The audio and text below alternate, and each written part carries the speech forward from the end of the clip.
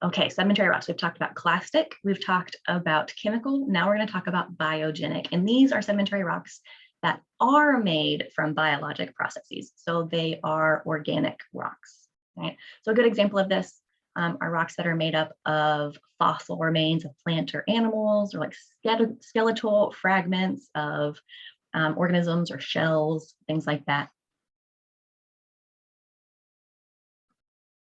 So some common biogenic sedimentary rocks, let's go through these. Coquina is one of my favorites.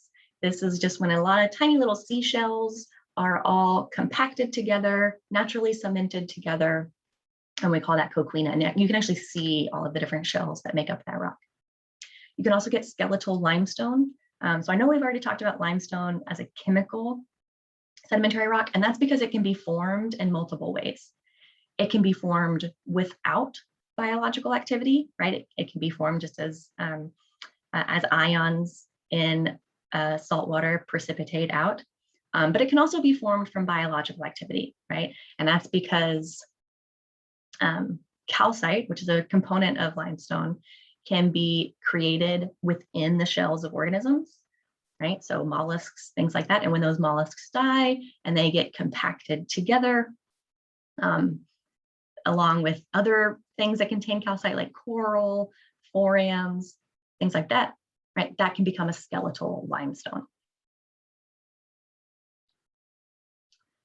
All right, coal is also a biogenic rock. Coal, right, what we burn to produce energy is actually just made from dead plants, right? Dead plant material over a very, very long amount of time is buried. There's a lot of pressure, there's a lot of heat, and that plant material can turn into coal. That's a biogenic sedimentary rock. Chalk is also a biogenic sedimentary rock. This is another form of limestone, right? That's made up of tiny little microscopic shells of coccoliths. That's a picture of a coccolith down there. You can see they're like spherical with little round plates all over them. And even though they are tiny, tiny, tiny, microscopic, if you get enough of them together, you can create huge deposits of natural chalk. So if you've ever heard of the White Cliffs of Dover, or if you've ever seen a romantic movie where often, there'll be a woman pining for her love on top of these white cliffs, those cliffs are actually just made of tiny, tiny little coccoliths that have been cemented together to form natural chalk.